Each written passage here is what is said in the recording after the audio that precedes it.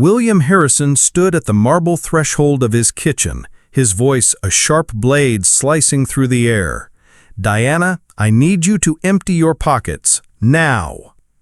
Diana Thompson, a 35-year-old black woman in a crisp maid's uniform, paused mid-motion, a dish towel in her hands. Her calm eyes met William's, unfazed, unwavering. There was no panic, no guilt, only a gaze sharpened by months of watching, listening, waiting. "Is there a problem, Mr. Harrison?" she asked, her tone even, professional, but with an edge that didn't exist yesterday. "My wife's diamond bracelet," he said slowly, letting the weight of his accusation linger. $15,000 worth of missing, and you were the only one in her room today. Diana nodded thoughtfully, as though digesting the absurdity. She didn't flinch, didn't blink. "And so you automatically think of me?" William's jaw tightened. He didn't like the way she said, "you." It wasn't the same deferential tone he was used to. She sounded deliberate. "Don't make this harder than it needs to be," he said, arms crossed, voice dipped in the condescension of a man who'd built an empire by making others feel small. "I know you have a daughter. Maybe you just got confused. Maybe you thought no one would notice." Then Diana did something unexpected. She smiled. Not a pleading smile, not a nervous one. A smile that said, "I was expecting this." "Mr. Harrison," she said, reaching slowly into her pocket and pulling out her phone. "How about we call the police? I'm sure they'd love to investigate a theft of that magnitude." The words didn't land the way William expected. He'd imagined her begging, crying, falling to her knees. But instead, she was standing taller than he'd ever seen her. "That's not necessary if you just cooperate." "Oh, but I insist," Diana interrupted. "I actually have some very interesting things to show the officers when they arrive." William hesitated. Something was off. This wasn't how these things played out. He'd fired dozens of maids in the past, black, Hispanic, poor, with similar accusations. They always folded, apologized, disappeared. Diana was not folding, she was unfolding. Her phone buzzed with a message. She glanced at the screen. Her smile deepened. "Perfect timing," she murmured, replying quickly. "Looks like I'm having guests tonight."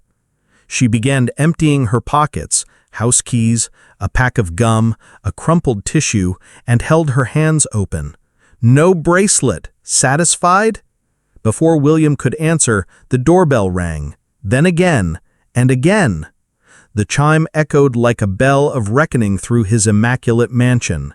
"I think you'll want to join us in the living room," Diana said, already walking away, her back straight, her steps purposeful. William stood frozen.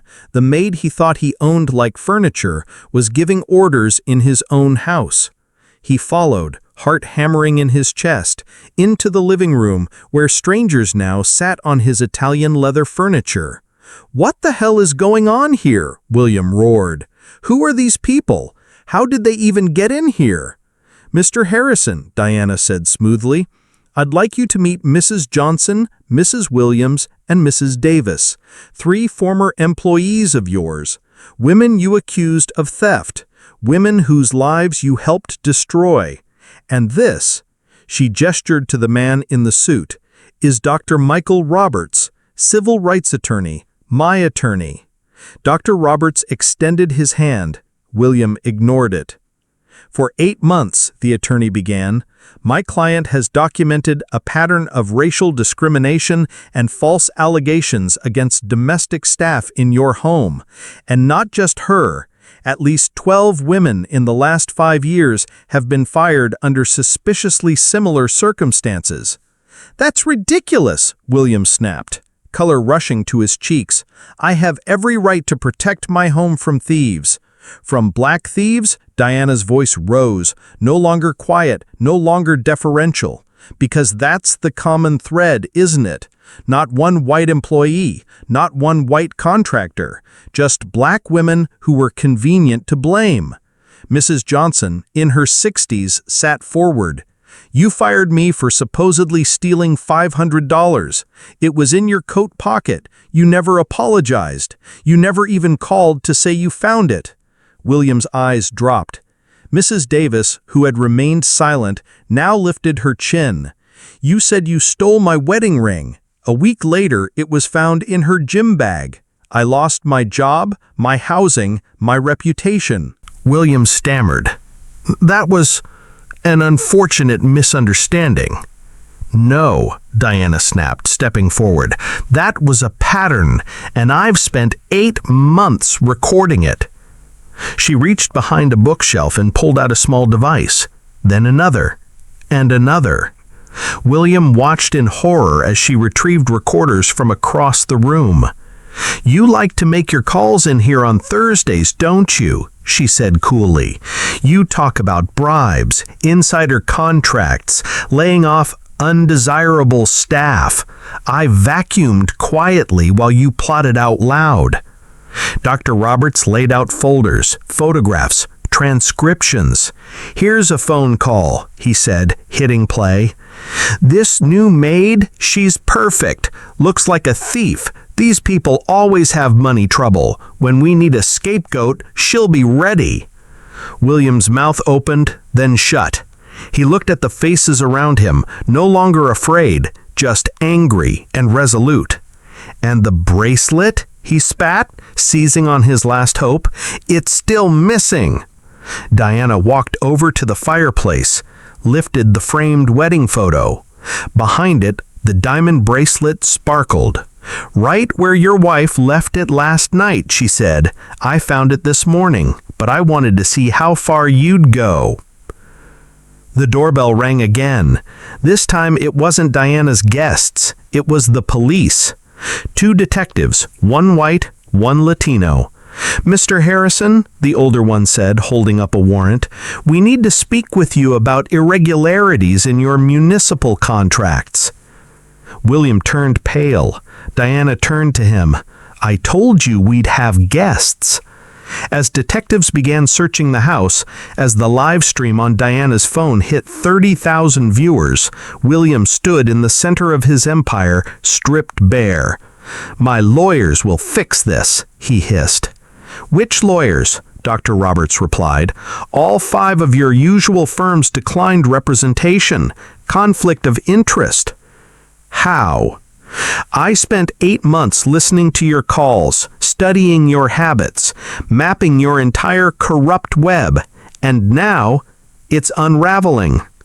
He lunged toward her phone. Dr. Roberts blocked him.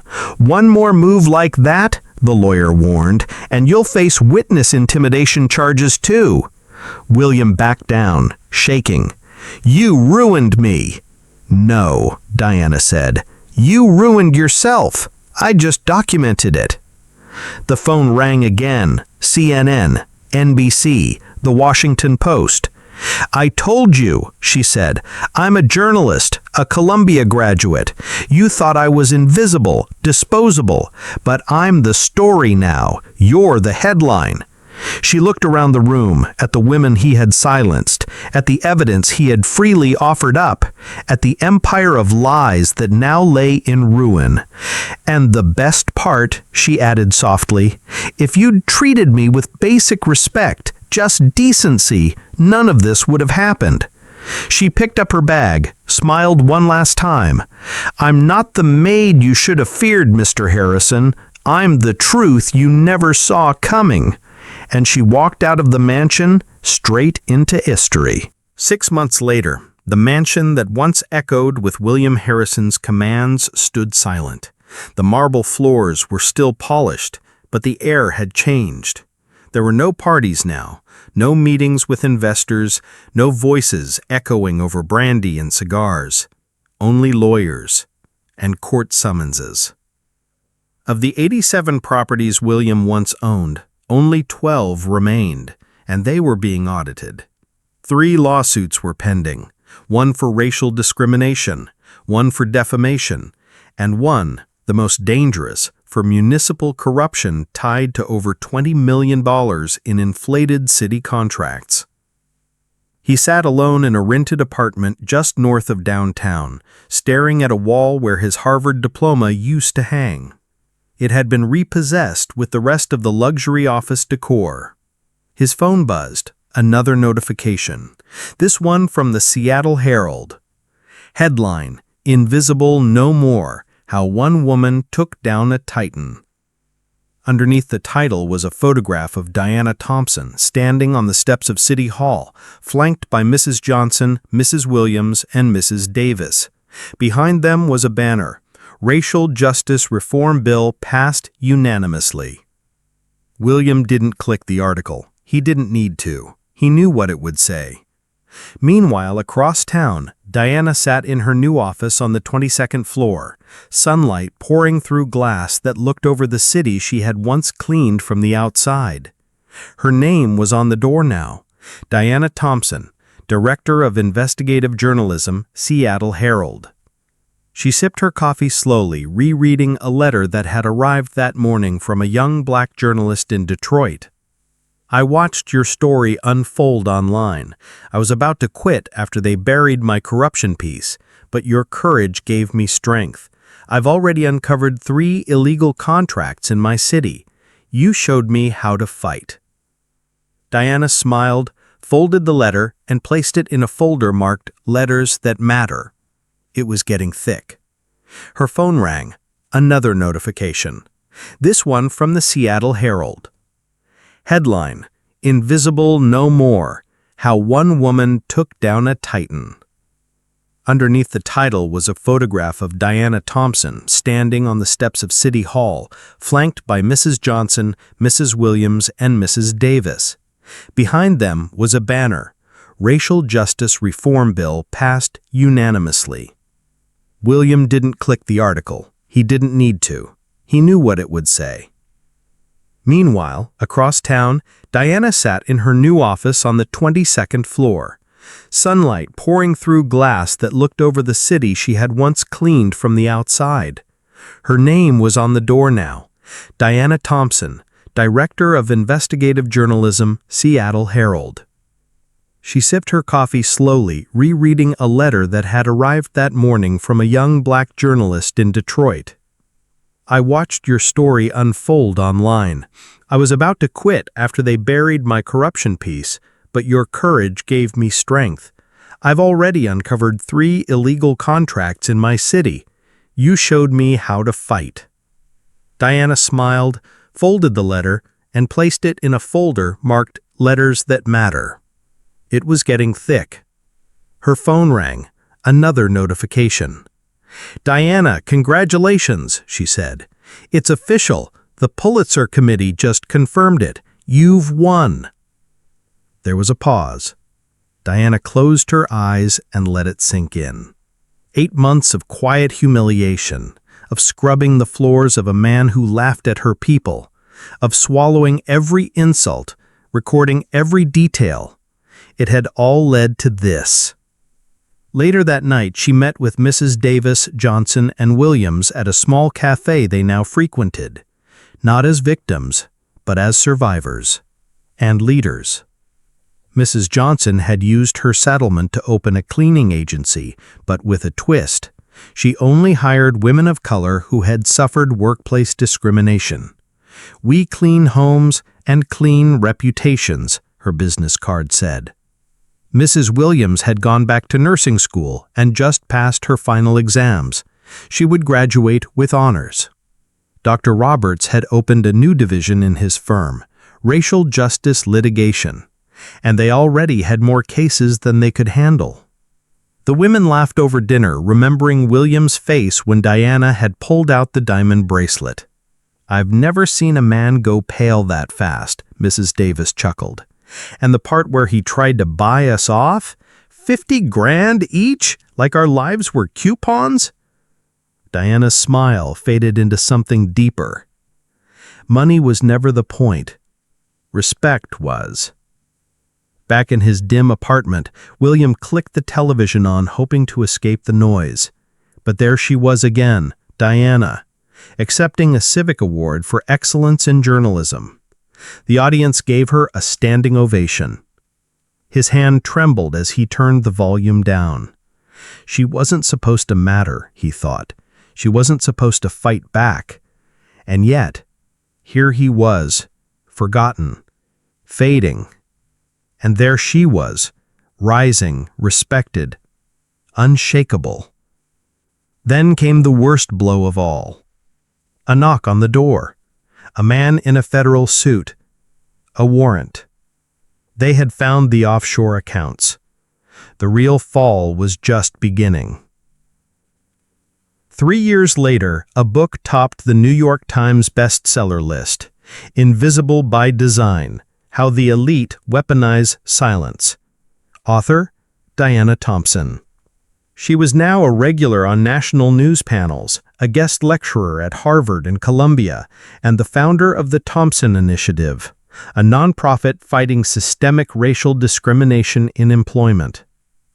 The mansion where it all began was now owned by the city and turned into a museum titled The Cost of Silence. Each room told a part of the story, not of William Harrison, but of the women he tried to erase. Inside, under glass, sat the infamous bracelet. A note beside it read, "This is not the story of a thief, it's the story of a reckoning." In the end, William Harrison was never remembered for the towers he built or the empire he lost. He became a footnote in a greater legacy, one forged not by money, but by truth. And Diana? She became the kind of woman no one ever underestimated again.